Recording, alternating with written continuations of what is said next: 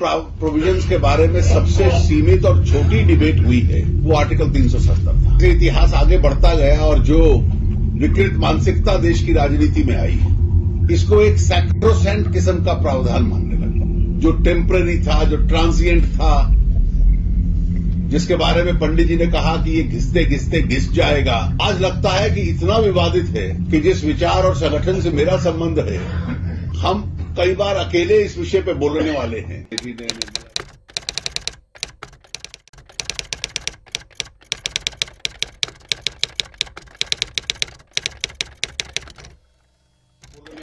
बेटी ने, निर्मला जी ने, श्री अरुण कुमार जी ने अलग अलग पहलुओं पे विस्तृत चर्चा की है। सच में इसके संदर्भ को समझने का और इस बहस को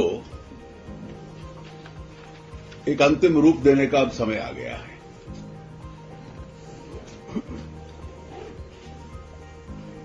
जब राजनीतिक निर्णय होते हैं तो इतिहास का अपना एक स्वभाव है कि इतिहास उसको लेकर कभी ना कभी अपनी टिप्पणी निश्चित रूप से करता है। आर्टिकल 370 सच में पंडित जी का शेख साहब के साथ बातचीत करने के बाद एक राजनीतिक निर्णय था और इस राजनीतिक निर्णय का बहुत बड़ा विरोध उस वक्त भी था। अगर आप कंस्टिट्यूएंट असेंबली की डिबेट देख लें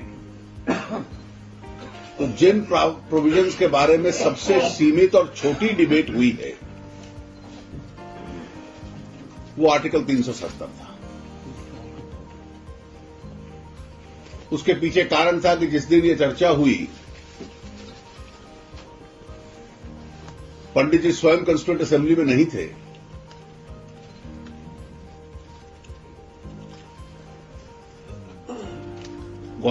गोपाल स्वामी अयंगर को कहा गया कि इसको रखिए और लगभग सब सदस्यों को कह दिया कि इसके ऊपर चर्चा नहीं होगी। जिन लोगों को लेकर मन में चिंताएं, शंकाएं थी कि ये एक टेम्पररी अरेंजमेंट हम लोग कर रहे हैं, ये विदर अवे कर जाएगा, ये उस छोटे से जो इंट्रोडक्टरी भाषण में भी उन्होंने कहा गोपाल स्वामी अयंगर ने। कुल मिलाकर चर्चा यह है कि जूनागढ़ से एक सदस्य ने खड़े होकर कहा कि अगर आप कश्मीर के लिए स्पेशल स्टेटस दे रहे हो तो आप जूनागढ़ के लिए भी दे दीजिए। इससे ज्यादा चर्चा नहीं हुई। लेकिन इस देश का दुर्भाग्य है कि जैसे इतिहास आगे बढ़ता गया और जो विकृत मानसिकता देश की राजनीति में आई, इसको एक सैक्रोसेंट किस्म का प्रावधान मानने लग पड़े। जो टेम्पररी था, जो ट्रांजिएंट था, जिसके बारे में पंडित जी ने कहा कि ये घिसते घिसते घिस जाएगा, आज लगता है कि इतना विवादित है कि जिस विचार और संगठन से मेरा संबंध है, हम कई बार अकेले इस विषय पे बोलने वाले हैं। हमारे बहुत निकटतम मित्र भी इस पे बोलने को तैयार नहीं होते। लेकिन देश का जनमत इसके खिलाफ है और कई बार ये लगता है कि हम लोग इस विषय को लेकर आइसोलेटेड तो रहते हैं, लेकिन ये स्प्लेंडेड आइसोलेशन है जिसमें बहुत बड़ा वर्ग हमारे पक्ष में रहता है। और मैं हमेशा ये मानता हूं कि कभी ना कभी इतिहास को यह निर्णय करना पड़ेगा कि पंडित जी का जो जम्मू कश्मीर को लेकर दृष्टिकोण था वो सही दृष्टिकोण था या डॉक्टर मुखर्जी का दृष्टिकोण सही था। और आज जब 60 साल से अधिक हो चुके, कहीं ना कहीं इतिहास को इस निर्णय करने का अवसर भी आया है। ये कोई प्रिविलेज नहीं है।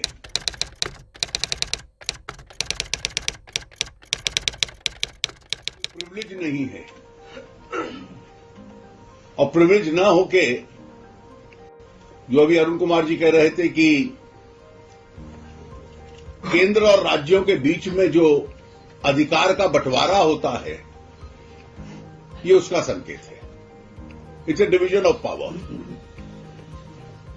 जो 7th शेड्यूल है कॉन्स्टिट्यूशन का, बाकी सब राज्यों के संबंध में डिवीजन ऑफ पावर है।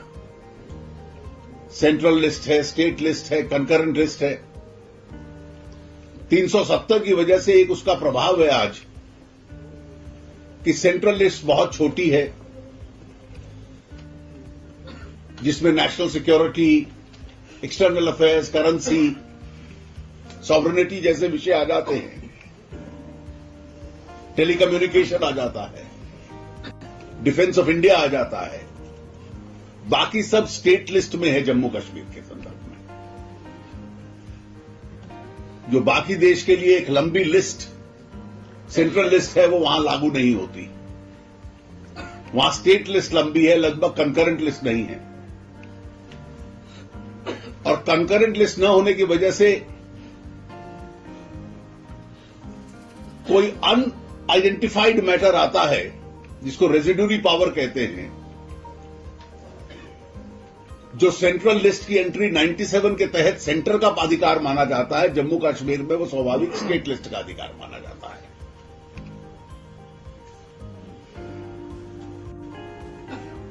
अब वो स्टेट के पास आपने अधिकार इतना दे दिया,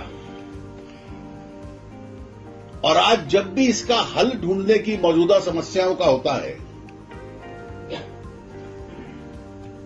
तो वो हल ढूंढने का प्रयास किस सोच से होता है?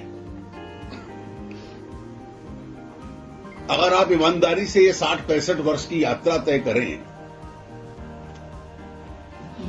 तो ये जो सेपरेट स्टेटस था या स्पेशल स्टेटस था, इसकी यात्रा अपने आप में सेपरेटिज्म की दिशा में हुई, फर्दर इंटीग्रेशन और कंसोलिडेशन की दिशा में नहीं हुई। और एक प्रकार से यह प्रयास है कि किसी प्रकार से राजनीतिक और संवैधानिक रिश्ता जो है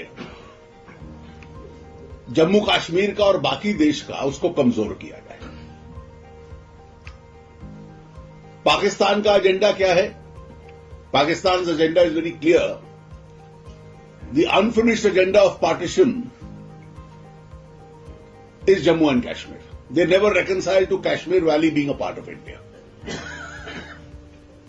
तो ये राजनीतिक रिश्ता अपने आप में समाप्त किया जाए। नेशनल कॉन्फ्रेंस कहती है प्री 1953 स्टेटस। उनके हर डॉक्यूमेंट में जो ऑटोनॉमी की बात करते हैं, उसमें प्री 53 स्टेटस है, जिसमें फ्लैग अलग हो, संविधान अलग हो, प्राइम मिनिस्टर हो, परमिट सिस्टम हो, सदर रियासत हो, ताकि ये जो रिश्ता है थोड़ा सा लूजन हो जाए। पीडीपी उससे एक कदम आगे चढ़ती है। वो सेल्फ रूल की बात करते हैं। एक सेपरेट स्टेटस, दूसरा प्री 53 ऑटोनॉमी, तीसरा सेल्फ रूल, और चौथी कदम उस दिशा के अंदर है आजादी, जो सेपरेटिस्ट कहते हैं।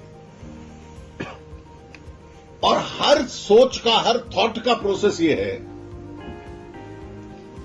कि this constitutional and political relationship should be लूज्ड।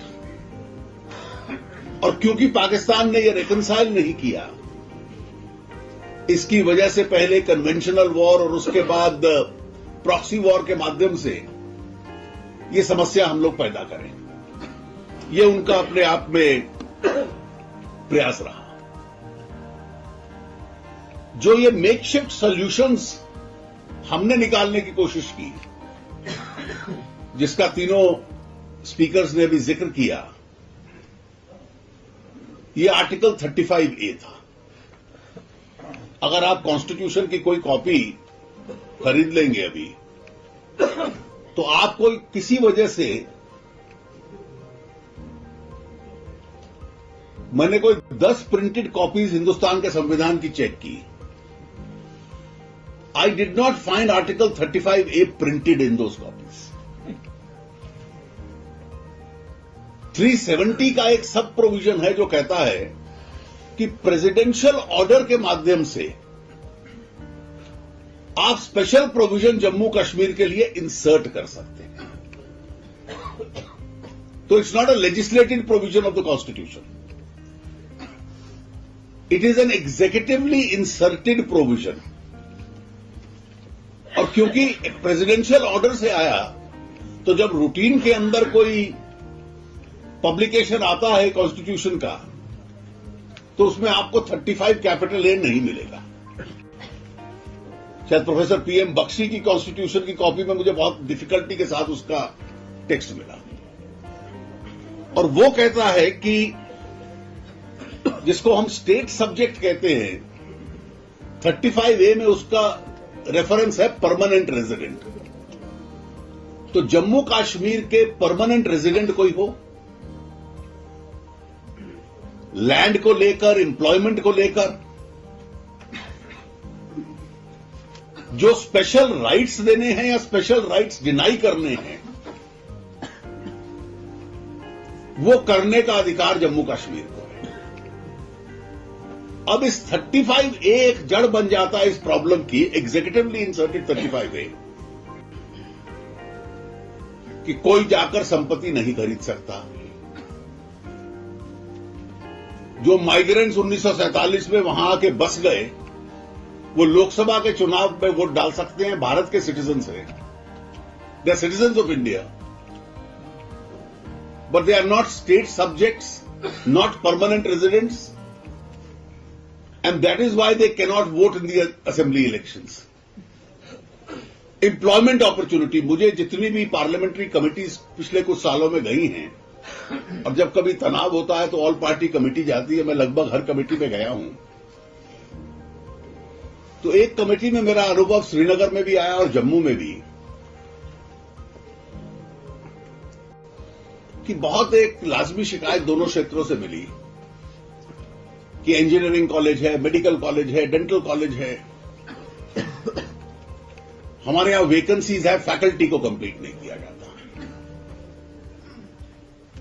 And therefore the quality of education is suffering. तो जितने भी एमपीज और कोई मिनिस्टर उसको लीड करते हैं, वहां के प्रशासन को कहा कि इतनी रेकलेसनेस, केयरलेसनेस क्यों है, at least the faculty must be completed in place. तो उन्होंने कहा यहां हमें प्रोफेसर्स मिल नहीं रहे। तो उनसे पूछा आपको क्यों नहीं प्रोफेसर्स मिल रहे? तो उन्होंने कहा बाहर से आकर कोई भी व्यक्ति यहां काम करने को तैयार नहीं है। मेडिकल कॉलेज में, डेंटल कॉलेज में, इंजीनियरिंग कॉलेज में कोई आकर पढ़ाने को तैयार नहीं है। उसको अगर अपना रहने के लिए अगर नौकरी लेता है, तो एम्प्लॉयमेंट स्टेबिलिटी के लिए उसको अपना यहां फ्लैट लेना पड़ेगा या घर लेना पड़ेगा, वो ले नहीं सकता। यहां के प्रोफेशनल कॉलेजेस में उसके बच्चे को दाखिला नहीं मिल सकता, और यहां में पब्लिक सर्विसेज में उसके बच्चों को एम्प्लॉयमेंट नहीं मिल सकता। तो अगर वो यहां पर आकर मेडिकल या इंजीनियरिंग कॉलेज में प्रोफेसर के नाते पढ़ाना शुरू कर देता है, तो ये सारी सुविधाएं उसको नहीं मिलेंगी। पढ़ाने के लिए उसका वेतन उसको मिल जाएगा अगर उसको आपको देना है। तो since no faculty is willing to come, हमें स्टेट के भीतर से फैकल्टी लानी है, और वो हमारे पास एडिक्वेट नहीं है। तो मैंने तुरंत कहा this is the result of article 370 then, कि आपके जो मेडिकल कॉलेजेस और इंजीनियरिंग कॉलेजेस प्रॉपरली फंक्शन नहीं कर रहे, तो ये इसका हिस्सा है।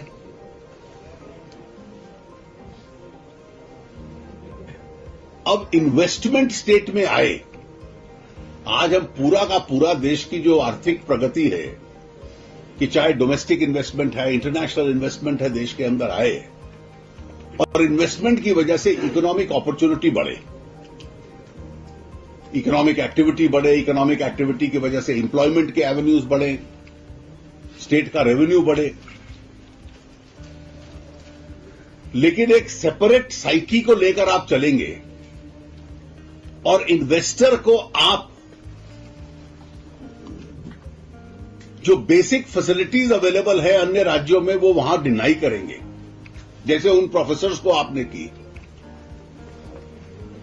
तो आप उसको एकदम हैंडीकैप क्रिएट कर देंगे कि स्टेट के अंदर किसी प्रकार की इन्वेस्टमेंट ना आ सके। और इसीलिए हिंदुस्तान की सरकार इसकी वजह से जब मेकशिफ्ट सोल्यूशन ढूंढती है, अब प्राइम मिनिस्टर 2 या 3 बार वहां पर गए,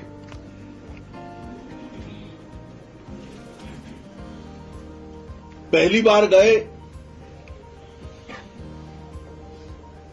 तो उन्होंने कहा कि एक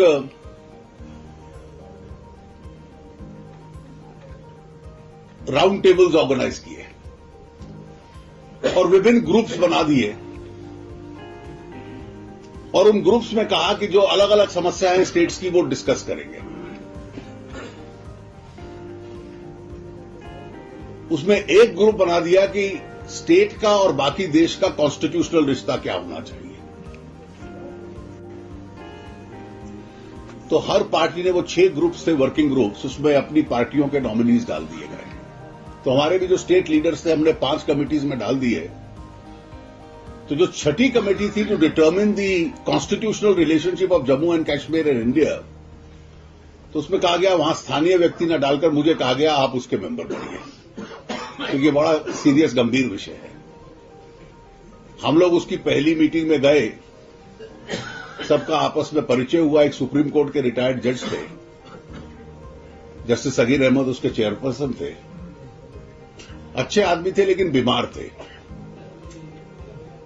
वो 15-20 मिनट के बाद कह देते थे कि अब आज की बात हो गई, परिचय हो गया, जो उसको सुझाव है भेजिए। फिर दूसरी बार मिले और उसके बाद मिले ही नहीं। मुझे पता चला बेचारे बहुत बीमार थे, ना कोई उस वर्किंग ग्रुप का मेंबर उनसे मिला, ना कभी वो पब्लिक में आए। मुझे कोर्ट सर्कल से पता चला कि he is not in a position to even appear in public. उस ग्रुप की कोई मीटिंग नहीं हुई। अचानक एक दिन उस ग्रुप की रिपोर्ट आ गई और एक सेक्रेटरी जम्मू कश्मीर गवर्नमेंट का जाकर स्टेट के चीफ मिनिस्टर को दे आया।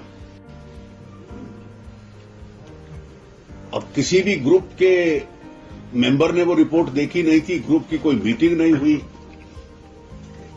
Chairman was not in a mental और a physical state even to be seen in public. और उस रिपोर्ट ने रीराइट कर दिया कि किस तरीके से 370 को परमानेंट ही माना जाना चाहिए और सारे इस तरह के। मैंने तुरंत उसी दिन प्राइम मिनिस्टर को चिट्ठी लिखी कि I am a member of this group. There has been no meeting, there is no consultation, there is no hearing, किसी का व्यू हमने नहीं लिया। How is this document suddenly appeared? और अब मैं कई बार देखता हूं कि जितने लोग ये प्री 1953 और सेल्फ रूल वाले हैं, that document is now quoted as a sacrosanct document,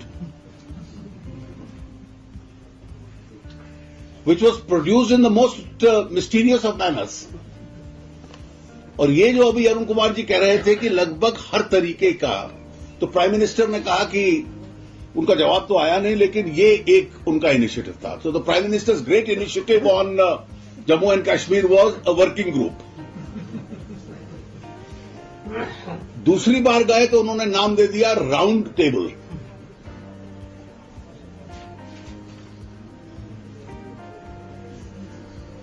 Chidambaram थोड़ा ज्यादा आर्टिकुलेट हैं, तो जिस बीच में वो होम मिनिस्टर थे, उन्होंने नाम दे दिया now quite invisible diplomacy consultation, कि हमारी बातचीत चल रही है, so it's a quiet consultation which is going on and we are about to produce a solution.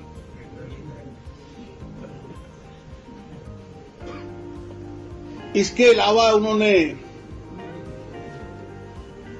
जब वर्किंग ग्रुप्स बनाए तो एक प्राइम मिनिस्टर के जो इकोनॉमिक एडवाइजरी काउंसिल के चेयरमैन हैं रंगराजन,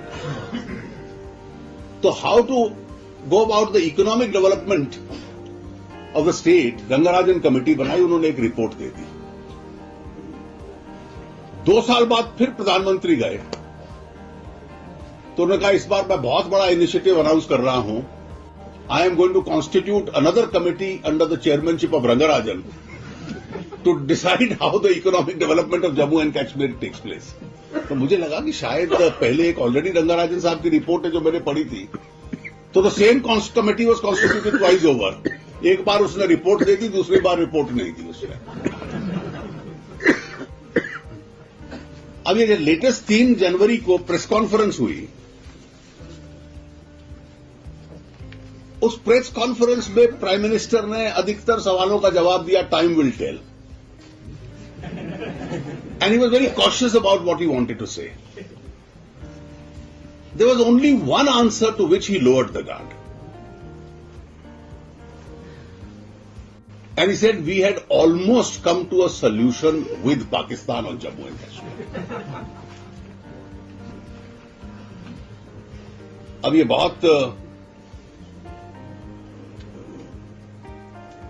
क्यूरियस सब्जेक्ट था कि ये ऑलमोस्ट रीच सोल्यूशन क्या है। अब गवर्नमेंट ऑफ इंडिया की, हिंदुस्तान की एक स्टेटेड पोजीशन है जम्मू कश्मीर पे। अब इंडिया पाकिस्तान रिलेशनशिप में ट्रैक 2 चलता है, और ये भी मैं मान लेता हूं कि डिप्लोमेसी में जो ट्रैक 2 होता है वो नॉर्मल ट्रैक से एक कदम आगे हो सकता है, लेकिन it can't be A total variance with what the stated stand of the country is. 4-5 साल पहले जब मुशर्रफ साहब वर्चुअली एग्जाइल में थे लंदन में, तो लगभग यही स्टेटमेंट उन्होंने दिया था लंदन में कि we were almost about to reach a solution with India.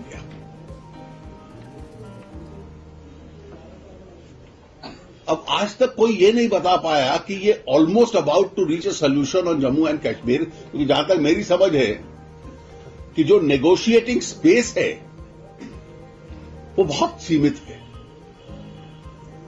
और उस नेगोशिएटिंग स्पेस में टेरिटरी को लेकर कम से कम कोई नेगोशिएटिंग स्पेस हमारे पास नहीं है। जो पाकिस्तान के प्रवक्ता कहते हैं वो अपने आप में बहुत चिंताजनक विषय है, डीमिलिटराइजेशन ऑफ द वैली। अब आतंक खत्म नहीं होगा, लेकिन फौज हटा ली जाएगी। Soft border, free movement, cantonments का dilution,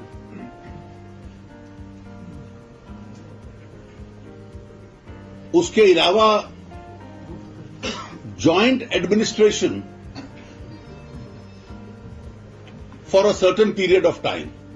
Ab I only hope this is not one of that almost agreed solutions. Arun ji को याद होगा कि 4-5 साल पहले जब मुशर्रफ ने यह बयान दिया, मुशर्रफ साहब ने बयान दिया था, तो ये और मैं डिस्कस किया करते थे, और हमारे सोर्सेज हमें बतलाते थे कि these were all items on the agenda. The only item on which we were showing patriotism and not agreeing is that both currencies must be held to be valid tender in the valley. ये भी उनकी demand थी। अब इसको 370 की सोच के साथ आप जोड़िए, कि जिसको मैं बार बार कहता हूं कि इस राजनीतिक और संवैधानिक रिश्ते को कमजोर करना, सेपरेट स्टेटस की यात्रा को सेपरेटिज्म की तरफ ले जाना, तो 370 ने उसको आरंभ किया, उस सेपरेट साइकी का निर्माण किया। कोई उसको प्री 53, सेल्फ रूल, आजादी, जॉइंट एडमिनिस्ट्रेशन एंड कंट्रोल, ये जितने विषय हैं एक एक करके उस दिशा के अंदर जाने वाले हैं।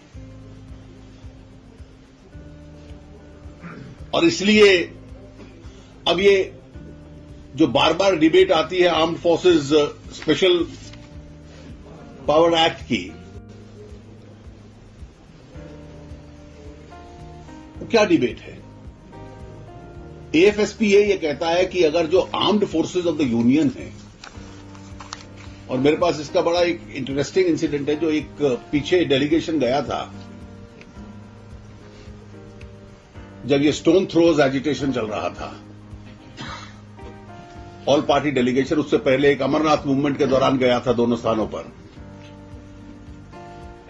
तो उस वक्त बहुत जोर से वहां ये प्ली आई और सेंट्रल गवर्नमेंट का भी ये व्यू बन रहा था कि हम लोग एएफएसपीए को समाप्त करें। अब वहां डिस्टर्ब्ड एरिया है, इसलिए आर्म्ड फोर्सेस हैं।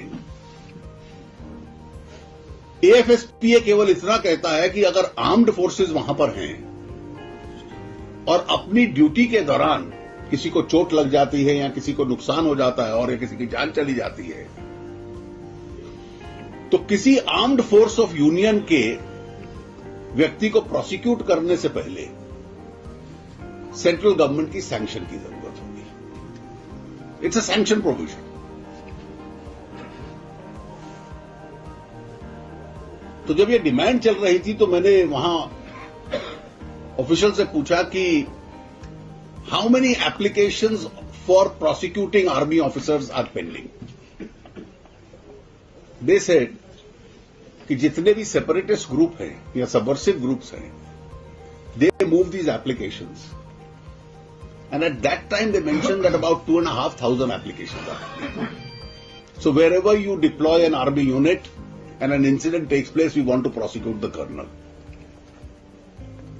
और जिसके खिलाफ केस चलेगा वो फिर 4 बार सोचेगा कि वहां जाकर अपने आर्म्ड फोर्सेस के पावर्स यूज कर रहे हैं कि नहीं। तो आप इस एक्ट को समाप्त कर दीजिए। तो होम मिनिस्टर ने एक सोल्यूशन सजेस्ट किया कि जहां जहां कुछ शांति है और स्थिति में सुधार है, हम आर्मी को हटा लेंगे और हम सीआरपीएफ को वहां पोस्ट कर देंगे। सीआरपीएफ के टॉप मोस्ट ऑफिसर्स आके मुझे रात को अलग से मिलने आए कि उनको मालूम था हम लोगों का क्या स्टैंड है, और एक सुप्रीम कोर्ट का जजमेंट लेकर आए। जो जजमेंट कहता था which are the armed forces of the union. So armed forces of the union are army, air force, surprisingly not navy because there is no navy in the disturbed areas, and then all the 4 paramilitary forces, CRPF, BSF, Assam Rifles, Indo-Tibetan Border Police. तो मैंने अगले दिन home ministry के officials को कहा कि armed forces of the union include CRPF. तो आप सीआरपीएफ को रखेंगे तो आफ्सपा तो फिर भी उनको भी प्रोटेक्शन होगा। So it took them a couple of weeks to realize, and the debate was we'll remove AFSPA. फिर एक सुझाव दिया कि AFSPA को जहां जहां पीस होता जाएगा वहां वहां उन डिस्ट्रिक्ट से हटा देंगे।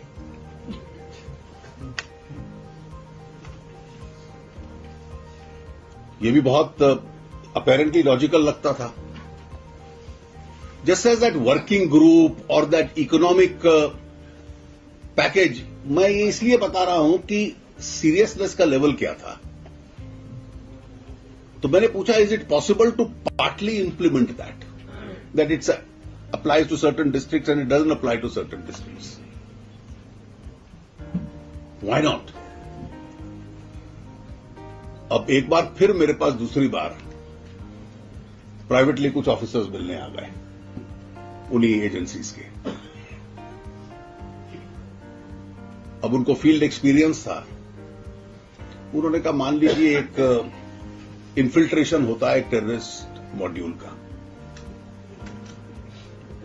और हम उसके पीछे लगे हुए हैं। वो अनंतनाग से चलते चलते श्रीनगर एंटर कर जाता है, हम उसके पीछे आते हैं। तो जैसे ही श्रीनगर डिस्ट्रिक्ट शुरू होगा हम रुक जाएंगे कि इस लाइन से आगे हमारे पास अब प्रोटेक्शन नहीं है और इसलिए आप जाकर इसको नॉर्मल पुलिस इसको रिजॉल्व करेगी। Is it sir possible to have it in a disturbed state where terrorists come from across the border, cross one district, jump into another, and then try and indulge in an act of subversion. Can a geographical boundary between two districts decide? He says, my jurisdiction has been decided, limited to a district, but is the activity of the terrorist going to be divided on that geographical boundary? तो मैंने फिर कहा कि आप solution क्या suggest कर रहे हैं, और इसलिए ये जो सोल्यूशंस इस प्रकार से सजेस्ट होती हैं, ये लगभग इसी तरह की हैं.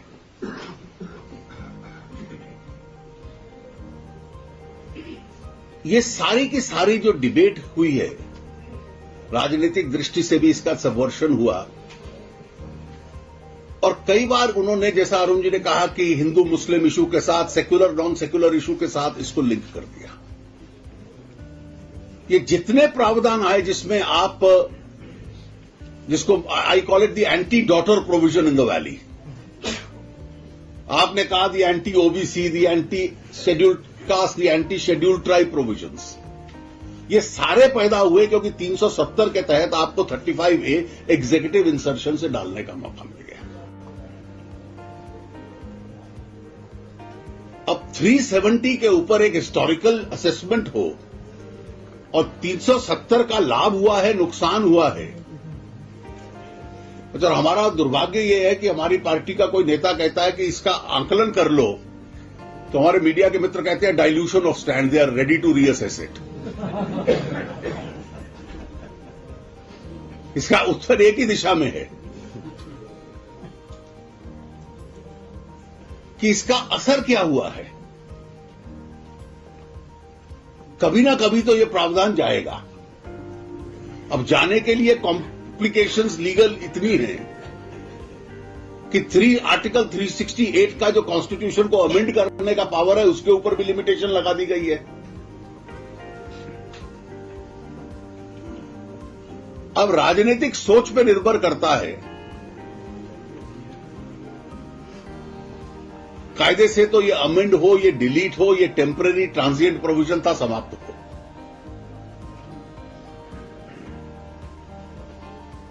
और रहता भी रहे, और दुर्भाग्य से जब तक रहता रहे, मैं दुर्भाग्य से इसलिए कह रहा हूं कि मैं इसके पक्ष में नहीं हूं रखने के, तो आज भी एक फ्लेक्सिबिलिटी सरकार के पास है इसके इंपैक्ट को डाइल्यूट करने का. It is still possible to dilute it into extinction. और उसका जवाब आर्टिकल 35A कभी ना कभी जिस तरीके से आया था उसी तरीके से अगर बाहर चला जाता है, तो a large part of the impact of 370 itself is diluted into extinction. मुझे लगता है कि इवेंचुअली इसको जाना चाहिए, इसकी प्रभाव को अपने आप में डाइल्यूट करना चाहिए, और इसकी वजह से जो अलगाव की सोच पैदा हुई है, जिसकी वजह से ये सारे संविधान की भाई हमारी ट्रैक 2 के ऊपर सोल्यूशन नजर आने लग पड़ी थी, या आजादी आ जाए या इसकी सोल्यूशन हम लोग ढूंढें, ये सारी की सारी बहस अपने आप में समाप्त हो. किसी भी सरकार के पास ये मैंडेट नहीं होता कि देश की सॉवरेनिटी के साथ समझौता करे. A government is a creation of the constitution, it's jurisdiction is limited, it can never compromise on the sovereignty of the country. No government by its virtue of its election also has a mandate to do that. और इसलिए इसके parameters के ऊपर चर्चा होती रहे जो आपने कहा, लेकिन कम से कम इसका नुकसान कितना हुआ है, देश के अंदर इसकी एक समझ और सोच और रियलाइजेशन बने. और जैसा मैंने कहा कि we are alone in asking for its repeal. We are isolated in asking for its repeal, but it's a splendid isolation because I have no doubt that a very large part of India's public opinion is in agreement with us. Thank you.